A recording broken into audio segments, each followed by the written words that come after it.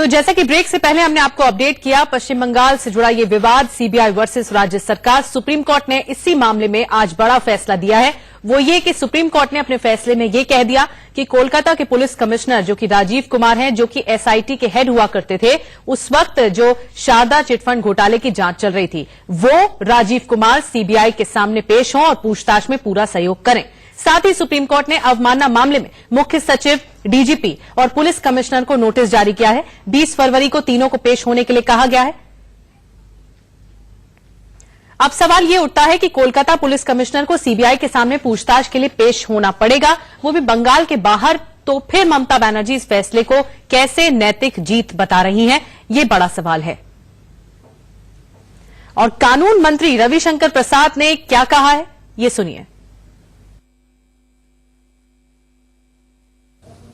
आज supreme court के आदेश में स्पष्ट है कि उनके पुलिस कमिश्नर को अपीयर होना होगा सीबीआई के सामने, और कलकत्ता में नहीं, शिलांग में अपीयर होना होगा। ये बहुत ही ईमानदार जांच के लिए बहुत ही उचित आदेश माननीय उच्चतम न्यायालय का है, ताकि इस पूरे इन्वेस्टिगेशन को राजनीति के दबाव से मुक्त किया जाए। दूसरी बड़ी बात हुई है कि सुप्रीम कोर्ट ने वहां के वरीय पदाधिकारियों के खिलाफ कंटेम्प्ट में भी नोटिस किया है, और उनके जवाब के बाद आगे की कार्रवाई की चिंता की जाएगी। अब कुछ लोग कह रहे हैं कि हमारी जीत है, इस पर हमें क्या कहना है। बड़ा सवाल यह है कि 3 साल से राजीव कुमार क्यों नहीं पेश हो रहे थे। वो कौन सी ताकतें थी जो पुलिस कमिश्नर को पेश होने से रोक रही थी। और जैसा मैंने कल कहा, आज भी दोहराऊंगा, ये देश में पहली बार हुआ है कि एक पुलिस कमिश्नर अपने मुख्यमंत्री के साथ धरने पर बैठा हुआ है, और जो ममता जी अपने बड़े बड़े नेताओं की गिरफ्तारी पर चुप रहती हैं, पुलिस कमिश्नर के साथ धरने पर बैठती हैं।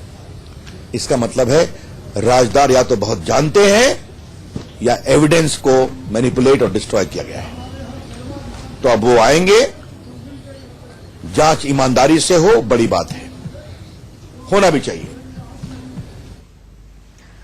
तो रविशंकर प्रसाद को आपने सुना। इससे पहले हम चलें आशीष के पास, जो कि सुप्रीम कोर्ट से लगातार बने हुए हैं। उससे पहले हम आपको ग्राफिक्स के माध्यम से पूरी बात समझा देते हैं कि सुप्रीम कोर्ट ने क्या दलील दी है, सीबीआई की याचिका में क्या कुछ कहा गया था। सुप्रीम कोर्ट का फैसला, राजीव कुमार सीबीआई के सामने पेश हों, जो कि पश्चिम बंगाल के पुलिस कमिश्नर हैं। अब ममता बनर्जी का मतलब ये कि उन्होंने ये कह दिया अपने धरने के दौरान कि ये हमारी नैतिक जीत है।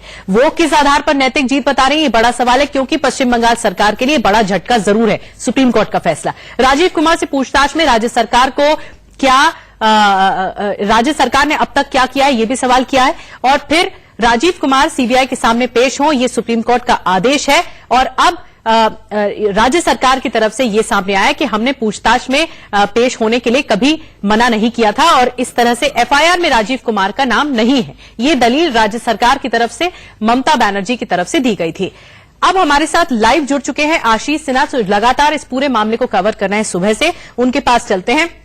आशीष, पश्चिम बंगाल की मुख्यमंत्री ममता बनर्जी ये क्यों कह रही हैं कि नैतिक जीत है, ये तो बड़ा सवाल है ही, लेकिन कोर्ट में आज ये बहुत साफ हो गया, जो लोगों को समझने के लिए बहुत जरूरी है, कि हर जो व्यक्ति है वो सामान्य है और जांच के ऊपर कोई नहीं है। इसीलिए पुलिस कमिश्नर जो है राजीव कुमार, वो पूरी तरह से सहयोग करें और फिर आगे इसके मामले की सुनवाई होगी। देखिए निधि, कोर्ट के इस आदेश को हर कोई अपने हिसाब से इंटरप्रेट कर रहा है। ममता बनर्जी सरकार इसलिए नैतिक जीत बोल रही है क्योंकि पुलिस कमिश्नर ना ही डिटेन होंगे और ना ही गिरफ्तार होंगे। सीबीआई के लिए राहत इस बात पर है क्योंकि 2 एप्लीकेशन सीबीआई ने सुप्रीम कोर्ट में दाखिल की थी। पहली एप्लीकेशन राजीव कुमार के खिलाफ थी, जिसमें सीबीआई ने प्रेयर में यह कहा था कि या तो राजीव कुमार सरेंडर करे या फिर सीबीआई के सामने पेश हो। उसी एप्लीकेशन में दूसरी मांग ये थी कि आप जांच में पूरी तरह से राजीव कुमार सहयोग करें। सीबीआई की अगर पहली एप्लीकेशन को देखा जाए तो वो सुप्रीम कोर्ट ने अलाउ कर दी है, यानी राजीव कुमार को न सिर्फ सीबीआई के सामने पेश होना पड़ेगा बल्कि जांच में पूरी तरह से सहयोग करना पड़ेगा। हालांकि स्थान जरूर पश्चिम बंगाल के बाहर शिलांग है, लेकिन राजीव कुमार को पूरी तरीके से कोऑपरेट करना पड़ेगा।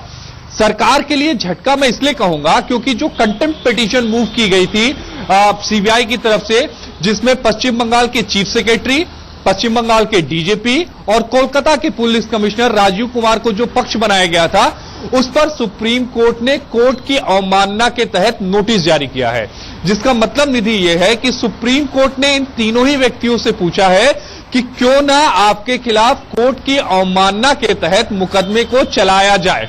सुप्रीम कोर्ट ने यह साफ तौर पे कहा कि 18 फरवरी तक आपको अपना लिखित जवाब सुप्रीम कोर्ट में देना होगा और 19 फरवरी को सुप्रीम कोर्ट यह तय करेगा कि 20 फरवरी को होने वाली सुनवाई में आपको व्यक्तिगत तौर पर पेश होना होगा या नहीं।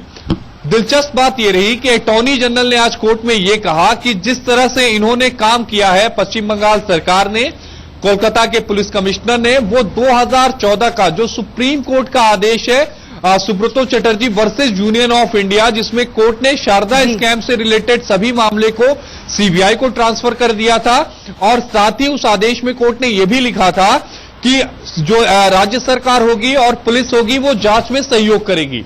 अटॉर्नी जनरल ने कोर्ट में यह कहा कि जांच में सहयोग तो दूर की बात है, इन्होंने सीबीआई के ऑफिसर्स को बंधक बना लिया। जिसके बाद कोर्ट ने सीजेआई जस्टिस रंजन गोगोई ने कहा कि हम कोर्ट की अवमानना का नोटिस जारी करते हैं। हालांकि पश्चिम बंगाल की सरकार की तरफ से इसका विरोध किया गया, लेकिन कोर्ट ने कहा कि हम तीनों के पक्षों को सुनेंगे। बात पहले एप्लीकेशन की जाए तब भी पश्चिम बंगाल सरकार ने सुप्रीम कोर्ट में कहा कि उन्होंने 5 पत्र सीबीआई को लिखे जिसमें वो कह रहे थे कि राजीव कुमार को कब अपीयर होना है।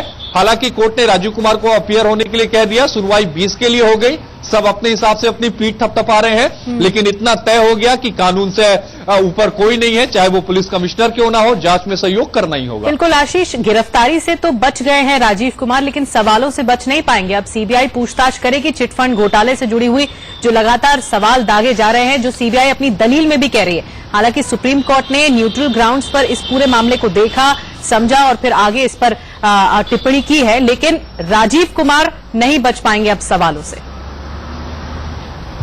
देखिए, सीबीआई ने जो सुप्रीम कोर्ट में आज हलफनामा दाखिल किया है उसमें सीबीआई ने कई अहम बात बोली है। पहली ये कि जो एसआईटी है जो इस पूरे शारदा चिटफंड की जांच कर रही थी, उसने कई उन कंपनियों को संरक्षित किया, बचाया जिन कंपनियों ने टीएमसी को चंदा दिया था। ये बात सीधा आरोप यहां ममता बनर्जी सरकार पर लगा है, टीएमसी पर लगा है, ममता बनर्जी के ऊपर खुद लगा है, क्योंकि नैतिकता की सबसे बड़ी दुहाई वो दे रही है। सीबीआई का खुले तौर पर आरोप है अपने एप्लीकेशन में कि एसआईटी ने कई कंपनियों को शील्ड किया जिन्होंने वर्तमान सरकार यानी टीएमसी की सरकार को चंदा दिया। दूसरी अहम बात सीबीआई ने अपने एप्लीकेशन में यह भी कही कि राजीव कुमार ने जो कॉल डिटेल सीबीआई को दी थी उसकी जांच जब उन्होंने टेलीकॉम कंपनी से की तो कई सारे कॉल्स ऐसे थे जिनको डिलीट किया गया। तीसरी अहम बात सीबीआई ने यह कहा कि कई ऐसे एविडेंस हैं जिसको राजीव कुमार ने नष्ट कर दिया। चौथी अहम बात कि अभी भी कई ऐसे एविडेंस हैं, कई ऐसे इलेक्ट्रॉनिक भी एविडेंस भी हैं जो राजीव कुमार के पास हैं। पांचवी अहम बात, शारदा चिट फंड से स्कैम से रिलेटेड जितनी भी अहम जानकारियां हैं, जो सबूत हैं, तो सारी बातें पूछी जाएंगी आशीष। बिल्कुल आपके पास लौटूंगे आशीष दोबारा, लेकिन इससे पहले ममता बनर्जी ने क्या कुछ कहा है सुप्रीम कोर्ट के फैसले के बाद, ये सुनिए। देखिए, जीत हमको नहीं मिली, जीत देश का जनता को मिली, जीत कॉन्स्टिट्यूशन का मिली, जीत हमारा सेव इंडिया को मिली, जीत हमारा फोर्स को मिली, जीत हमारा नौजवान को मिली, जीत हमारा फार्मर्स को मिली, जीत हमारा देश का नागरिक को मिली। इसके आपको मीडिया को भी जीत मिली, आप भी नहीं कह सकता है। सबको कंट्रोल करके रख दिया है, सबको। देखिए, कोई आदमी एक बात भी नहीं कह सकता है। कोई आदमी बात करते है तो नेक्स्ट दिन फोन आता है, मोदी का खिलाफ कुछ मत बोलो। क्या हम लोग क्या है, हम politically cannot so many, I am not raising the name today, I know the story. 2-3 minister तो मेरे को फोन करके बोला मोदी को खिलाफ में कुछ नहीं बोलना चाहिए। मैं बोला भाई तुम लोग कौन हो, हम किसका खिलाफ क्या बोलेंगे क्या नहीं बोलेंगे, ये तो मेरे को अधिकार है। अब सबको अधिकार छीन रहा है। हम सोचते हैं हमारा ये मूवमेंट एक जन आंदोलन है, एक गण आंदोलन है। It is not the Trinamool Congress आंदोलन। दिस मूवमेंट, ये आंदोलन सबका लिए है। 2019 में मोदी जी नहीं आएंगे। हमारा दिक्कत क्या था, हम मोदी जी के खिलाफ में हम इंडिविजुअल फाइट नहीं कर रहे हैं, हम गवर्नमेंट के खिलाफ में, जो गवर्नमेंट हमारा फेडरल स्टेट में काम नहीं करने दे रहा है, हमको पूरा इंटरफेरेंस कर रहा है, हमको रुपया ठीक से नहीं देते हैं, हमारा लोगों को तंग कर रहा है, हमारा ऑफिसर को तंग कर रहा है, हमारा मीडिया को तंग कर रहा है, हमारा फिल्म इंडस्ट्री को तंग कर रहा है, हमारा इंडस्ट्रियलिस्ट को तंग कर रहा है, हमारा फार्मर्स को तंग कर रहा है। इसी के लिए मेरे को दिल बहुत रो रहा था। मैंने बहुत दिन तक डाइजेस्ट किया है। कितना तक कोई तो बोले, कुछ तो बोले। और पॉइंट देखिए आज क्लियर है। एक पॉइंट है, उन्होंने एलिगेशन किया था स्टेट गवर्नमेंट और पुलिस के खिलाफ में कंटेम्प्ट ऑफ कोर्ट, नहीं माना, नहीं हुआ, रिजेक्टेड। नंबर 2, बहुत सारे एलिगेशन ले आया था, that is also rejected. Number 3, mutual press में बात करने के लिए पहले भी ऑर्डर था, हम लोग उसको मानते ही पास लेटर दिया, म्यूचुअल प्रेस में आके बात करो। चौथी बात यह है कि राजीव कुमार को अरेस्ट नहीं होगा। तो इसमें क्या होता है, वो जानबूझ के सबको अरेस्ट करके रख देता है और क्या करता है, बंगाल से लेकर उड़ीसा जेल में। तो ममता बनर्जी को आपने सुना, साफ तौर पर उन्होंने कहा कि ये नैतिक जीत तो है, लेकिन सीबीआई उन्हें परेशान कर रही है, ये बहुत अहम है। और ये जो आज का दिन था वो इसीलिए भी अहम था, इस लिहाज से भी क्योंकि सियासत इसके इर्द गिर्द घूम रही है और 2019 का चुनाव बस अब थोड़ा ही वक्त बचा है लोकसभा चुनाव के शुरू होने में। तो ऐसे में इसलिए भी देखा जा रहा था कि सियासत के लहजे से पश्चिम बंगाल की पॉलिटिक्स कहां बैठती है। फिलहाल हमारे साथ सुमित चौधरी भी मौजूद हैं। सुमित के पास चलते हैं, जो कि बंगाल से हमारे साथ हैं, कोलकाता से। सुमित, वहां पर जमीन पर किस तरह से क्या दिख रहा है, क्योंकि तीसरा दिन है आज धरने का ममता बनर्जी का केंद्र सरकार के खिलाफ। और अभी रविशंकर प्रसाद की भी बात हमने सुनी, उन्होंने साफ तौर पर यह कहा कि नियमों का उल्लंघन हुआ है, तो ये झटका है सुप्रीम कोर्ट की तरफ से। लेकिन वहां पर क्या हो रहा है ये बताइए। देखिए, यहाँ पर ममता बनर्जी जो जमीन तलाश कर रही है, क्योंकि ये पूरा मामला ना सिर्फ अब सीबीआई वर्सेस वेस्ट बंगाल, बल्कि ये कहीं ना कहीं मामला जो है ममता बनर्जी वर्सेस सेंटर या फिर बीजेपी के नाम हो गया है। और यही वजह है कि ममता बनर्जी इसको एक जमीन के तौर पर भी, आने वाले लोकसभा चुनावों के लिए एक जमीन के तौर पर भी तलाशने की पूरी कोशिश करी। और जिस तरीके से जो चीजें थी उसके बाद उन्होंने कहा कि उनकी एक मोरल जीत है, वो सुप्रीम कोर्ट की इन चीजों को एक्सेप्ट करती हैं और वो चाहती है कि वो सुप्रीम कोर्ट इस चीज को मॉनिटर करे। लेकिन ये जो सारी चीजें हैं, चाहे वो ममता बनर्जी का धरना हो, चाहे वो यहां बैठना हो, चाहे उनका डीजीपी बचाने की पूरी कवायद को शुरू करना, तो वो कहीं अपने आप को एक फ्रंट फुट। ठीक है सुमित, आपके पास लौटेंगे।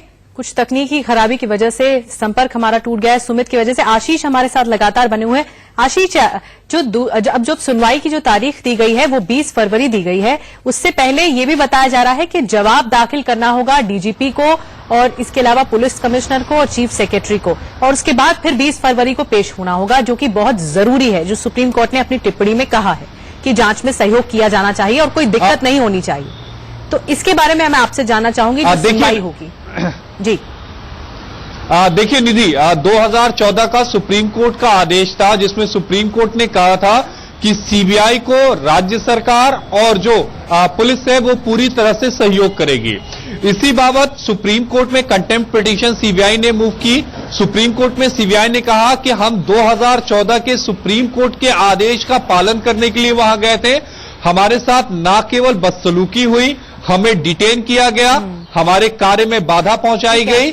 ये सारी बातें सीबीआई ने सुप्रीम कोर्ट में रखी, जिसके बाद सुप्रीम कोर्ट ने कोर्ट की अवमानना के तहत पश्चिम बंगाल के मुख्य सचिव, डीजीपी और पुलिस कमिश्नर को नोटिस जारी किया है। 18 और पुलिस कमिश्नर को नोटिस जारी किया है। 18 फरवरी की तारीख है। और इसी बात को आगे बढ़ाते हुए चर्चा करेंगे। पॉलिटिकल रिएक्शंस लगातार आ रहे हैं। रूपा गांगुली और नलिन कोहली क्या कह रहे हैं, सुनिए।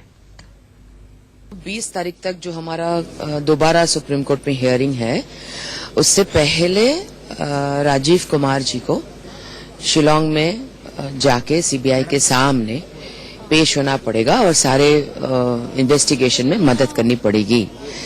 तो अभी ममता जी ने भी ये कहा है कि उनके जो लीडर्स हैं, मतलब हमारा जो लीडर है, उनके कौन लीडर है अभी ये देखेंगे, उनके कौन लीडर है, उनका लीडर कौन है? क्या वो ये कहती है कि वो किसी के और बुद्धि से चलती है? ये तो जो हमेशा कांग्रेस के बारे में बोले जा रहे कि कांग्रेस फोन करके साथ है बोल रहे हैं, मंच में तो राहुल जी खड़ा नहीं हो रहे साथ। और मुझे लगता है कि इसी तरह जो सही है उनको अगर काम आगे चलने दे तो देश नए भारत की तरफ जरूर आगे चलेंगे। आज सुबह आदरणीय chief justice of India justice Ranjan Gogoi साहब, जस्टिस गुप्ता, जस्टिस खन्ना के कोर्ट में ये मामला आया। भारत के अटॉर्नी जनरल के वेणुगोपाल जी ने कोर्ट के सामने तर्क रखे और जो रविवार को पश्चिम बंगाल कलकत्ते में जो हुआ सीबीआई अफसरों के साथ, उन्हें किस रूप से उनके साथ हरकत हुई और वहां राजीव कुमार जी प्रस्तुत अपने आप को नहीं कर रहे हैं, ज्वाइन नहीं कर रहे हैं, जो उनको समन हुआ था पहले, इसके ऊपर में solicitor general of India Tushar Mehta ji ने भी अपने विचार और बातें रखी कोर्ट के सामने। डॉक्टर अभिषेक मनु सिंह भी दूसरी तरफ से उन्होंने इसका विरोध किया, लेकिन अंततः कोर्ट ने ये उचित समझा कि राजीव कुमार जी सीबीआई के सामने जो इन्वेस्टिगेटिव एजेंसी है उनसे कोऑपरेशन दे, पूर्ण रूप से कोऑपरेट करें। साथ साथ ये स्पष्ट किया कि उनके खिलाफ कोई ऐसी कार्रवाई ना हो जिसे कोर्सिव स्टेप कहा जाए। और उस ऑर्डर में यह भी स्पष्ट कर दिया गया है कि जो भी अपने जवाब में ये अफसर लिखित देंगे, क्योंकि आज नोटिस जारी हुई है, तो उसके बाद 19 तारीख को सेक्रेटरी जनरल सुप्रीम कोर्ट की जानकारी देंगे उन अफसरों को कि यदि उन्हें यहां पर कोर्ट में खुद यहां अपने आप को प्रस्तुत करना है तो वो ऐसी जानकारी दी जाएगी 19 को, 20 तारीख अगले तारीख के लिए। एक कंटेम्प्ट पिटिशन भी साथ साथ लगाया गया है, क्योंकि इस बात को हम ना भूलें कि ये मामला सुप्रीम कोर्ट के आदेश के आधार पर ही सीबीआई जो है इस नारदा शारदा जो घोटाला है उसमें तहकीकात कर रही है। सारा देश देख रहा है कि ये ममता जी का पॉलिटिकल ड्रामा है।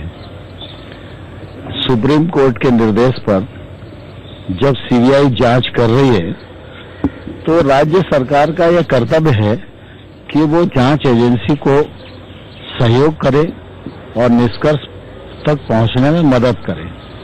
लेकिन चुनाव का समय है और पश्चिम बंगाल में जो परिस्थितियां बन गई हैं उसके कारण तृणमूल कांग्रेस की जमीन उनके पैरों से खिसक रही है, इसलिए उस जमीन को बचाने की एक असफल कोशिश इस प्रकार के आंदोलन से है।